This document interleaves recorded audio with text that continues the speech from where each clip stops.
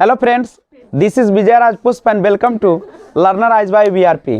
जैसा कि आपको पता है कि हमारे इंग्लिश ग्रामर सेक्शन में जो सबसे इंपॉर्टेंट चैप्टर होता है आर्टिकल, नरेशन नहीं, और जिसमें सब लोगों को सबसे ज़्यादा कंफ्यूजन का सामना करना पड़ता है। तो आइए मैं आपके लिए लेकर आया हूँ बिल्कुल नया ट्रिक के साथ प्रीपोजिशन, जो कि एक बार पढ़ेंगे आपके दिमाग में सीधा बस जाएगा। तो आज हम लेकर आए हैं प्रीपोजिशन का पहला पार्ट।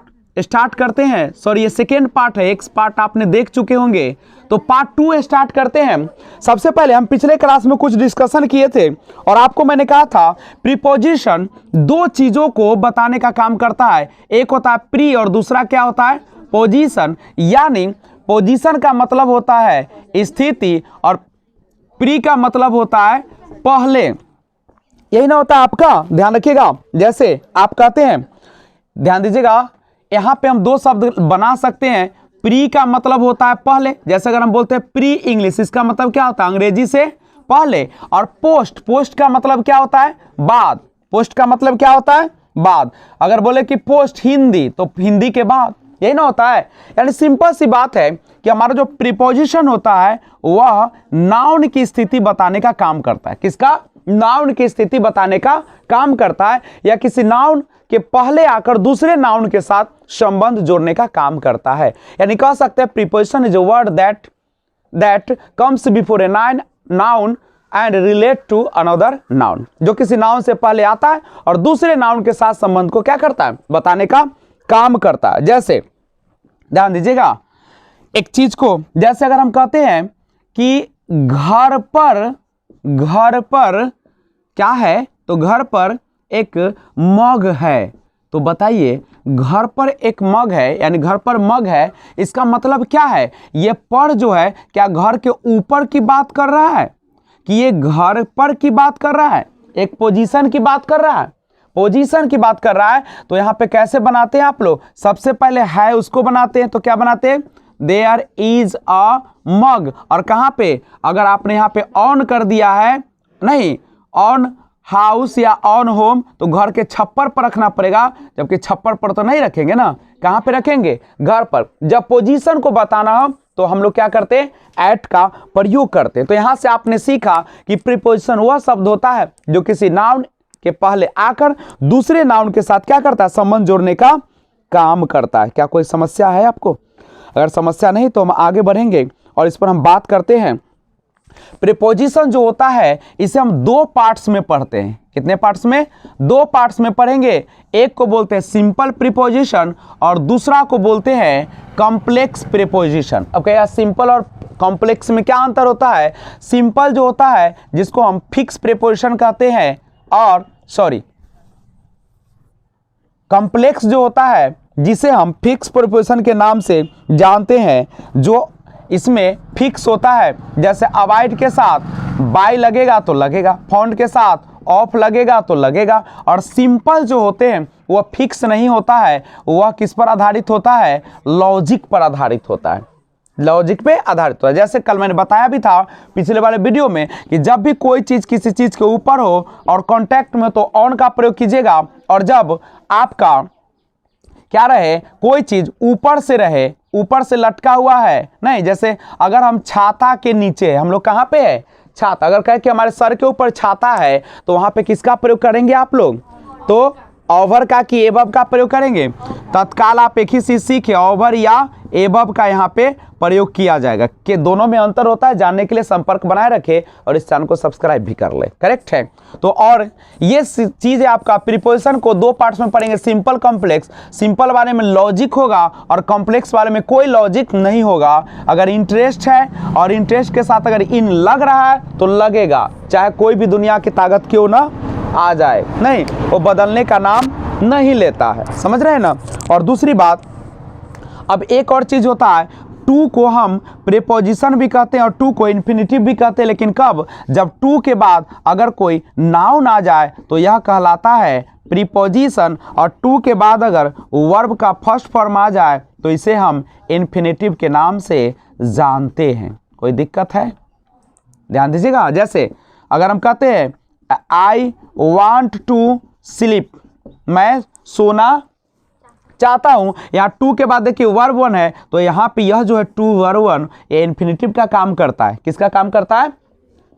इन्फिनेटिव का काम करता है यहाँ पे। लेकिन अगर आप बोलते हैं ऐसे I went to market, I went to market, market तो आपका नाउन है और नाउन से पहले यहाँ पे टू आया है, तो यहाँ पे कौन चीज का काम करेगा? प्रीपोजिशन का काम करेगा। करेक्ट है? तो तब तक आप स्क्रीनशॉट ले और मैं आपको क्लास को आगे बढ़ाने का प्रयास कर रहा हूं। स्क्रीनशॉट ले लीजिएगा।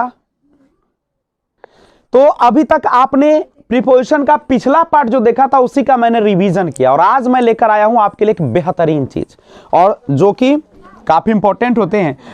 इतना तो आप जान चुके होंगे कि नाउन का प्रयोग दो तरीके से करते हैं, एक सब्जेक्ट के रूप में करते हैं और एक किसके रूप में करते हैं? ऑब्जेक्ट के रूप में करते हैं। जैसे शालिनी को हम सब्जेक्ट भी बना सकते हैं और शालिनी को ऑब्जेक्ट भी बना सकते हैं। जैसे अगर हम कहें कि आई लाइक, यहाँ पे अगर लिख दे शालिनी और यहाँ पे तो देखिए यहाँ पे वर्ब के बाद आ गई, तो वर्ब के बाद आ गई तो कौन सा हो गया? ऑब्जेक्ट हो गया। ऑब्जेक्ट के जगह पर होता है उसको ऑब्जेक्टिव केस हम लोग कहते हैं। लेकिन अगर यहाँ पे ऐसे रहता कि शालिनी लाइक्स चॉकलेट, नहीं, तो अब गौर कीजिए यहाँ पे शालिनी किसके जगह पे आ गई है? सब्जेक्ट के जगह पे, और जो सब्जेक्ट पर के जगह पे आता है उसको नॉमिनेटिव केस कहते हैं। यह ध्यान रखिएगा। तो प्रीपोजिशन का प्रयोग कभी भी सब्जेक्ट के जगह पे नहीं किया जाएगा। जब भी किया जाएगा तो प्रीपोजिशन का प्रयोग जो होगा किस रूप में होगा? ऑब्जेक्ट के रूप में हो। प्रीपोजिशन के बाद जो भी आएंगे वह किस रूप में आएंगे? ऑब्जेक्ट के रूप में आएंगे। जैसे गौर कीजिएगा, एक होता है नॉमिनेटिव केस जिसको आप बोलते हैं सब्जेक्टिव केस। नॉमिनेटिव केस जो सब्जेक्ट के जगह पर आता है, I, we, you, he, she, it, they. लेकिन ऑब्जेक्टिव केस में देख सकते हैं आप लोग, ऑब्जेक्टिव केस ऑब्जेक्ट के जगह पे आई का क्या हो जाता है? ऑब्जेक्टिव, मी, वी का अस, यू का यू, ही का हिम, शी का हर, इट का इट और दे का क्या हो जाता है? देम हो जाता है। तो आप जब प्रीपोजिशन के बाद यूज करेंगे प्रोनाउन का तो किस रूप में करेंगे? ऑब्जेक्टिव केस के रूप में, कभी भी नॉमिनेटिव केस के रूप में प्रयोग नहीं होगा। अगर आपने किया है तो आपका सेंटेंस क्या हो जाएगा? गलत। एक एग्जांपल के तहत मैं आपको बताने से पहले एक चीज बताना चाहता हूं कि जो प्रोनाउन होते हैं, कौन होते हैं? प्रोनाउन होते हैं, वह दो रूप में आते हैं। प्रोनाउन कितने रूप में आते हैं? दो रूप में आते हैं। एक होता है नॉमिनेटिव केस के रूप में और दूसरा होता है ऑब्जेक्टिव केस के रूप में। लेकिन प्रीपोजिशन के बाद जो भी प्रोनाउन आएगा तो किस रूप में आएगा? नॉमिनेटिव केस में कभी नहीं आएगा। जब आएगा तो किस केस में आएगा? ऑब्जेक्टिव केस में आएगा। जैसे एग्जांपल के लिए हम बोलते हैं कि I have a gift for, यहाँ फॉर तो प्रीपोजिशन है, नहीं, I have a gift for they यहाँ पे ऑप्शन रहेगा और देम रहेगा, तो आप क्या मारिएगा? ऑप्शन बता दीजिए। देखिए फॉर तो प्रीपोजिशन है और प्रीपोजिशन में जो आते हैं प्रोनाउन वो हमेशा किस केस में आते हैं? ऑब्जेक्टिव। तो दे इसमें कहीं दिख रहा है क्या? इसलिए दे नहीं आएगा। कौन सा आ जाएगा? देम का प्रयोग किया जाएगा। कोई दिक्कत? दूसरी बात, आपने देखा कि प्रीपोजिशन के बाद हमेशा जो नाउन आएगा किस केस में आएगा? ऑब्जेक्टिव केस में आएगा। प्रोनाउन आएगा किस केस में आएगा? ऑब्जेक्टिव केस में आएगा। समझ में आ रहा है ना आप लोगों को? किसी भी प्रकार की समस्या हो कमेंट करते रहिए। और दिन भी आज बड़ा अच्छा है, संडे है, आराम से खाइए पीजिए मस्ती कीजिए, ठीक है? अफसोस करने की जगह आज नहीं है। चलिए तो आगे बढ़ते हैं। यानी हम यहाँ से एक डिस्कशन लगा सकते हैं, आप सभी को पता है। लेकिन आप कह रहे हो कि थोड़ा सा सर पिक्चर कट रहा है। वास्तव में थोड़ा सा कट रहा है नहीं, आप यहाँ पे ये टोप्पा को थोड़ा सा नीचे कर देंगे तो आपको दिखेगा। नहीं, ऐसे भी समझदार हो तुम लोग। तो यहाँ पे प्रोनाउन होगा। क्या होगा? प्रोनाउन होगा। नहीं, अब यहाँ पे गौर कीजिए, आपका जो प्रीपोजिशन होता है, कौन होता है? प्रीपोजिशन बड़ी लाजवाब चीज है ग्रामर का। प्रीपोजिशन के बाद कभी भी वर्ब का पहला रूप, वर्ब का पांचवा रूप, वर्ब का दूसरा रूप, वर्ब का तीसरा रूप, ध्यान रखिएगा, कभी भी आप प्रीपोजिशन के जस्ट बाद में वर्ब का पहला रूप जैसे गो या पांचवा रूप आई कैमक, इसमें एस और एस, और दूसरा रूप गो का क्या हो जाएगा? बेंट होगा, नहीं, और गॉन होगा। तो ये सब प्रयोग मत कीजिएगा। प्रीपोजिशन के बाद कभी भी वर्ब का पहला, पांचवा, दूसरा, तीसरा रूप का प्रयोग नहीं किया जाता है। बच्चे लोग ध्यान रखिएगा। दूसरी बात, प्रीपोजिशन के बाद सब्जेक्टिव या उसी को आप कहते हैं बड़े स्टाइल में क्या बोलते हैं, नॉमिनेटिव केस का भी प्रयोग नहीं कीजिएगा। एकदम स्क्रीन पे नजर रखिए बच्चे लोग, तभी सीख पाइएगा, जिंदगी बहुत अनमोल है। तो हमेशा प्रीपोजिशन के बाद कौन केस का प्रयोग कीजिएगा, ऑब्जेक्टिव केस का प्रयोग कीजिएगा। हमेशा ऑब्जेक्टिव केस का प्रयोग करिएगा। ऑब्जेक्टिव केस ये है, ध्यान में रखिएगा नहीं।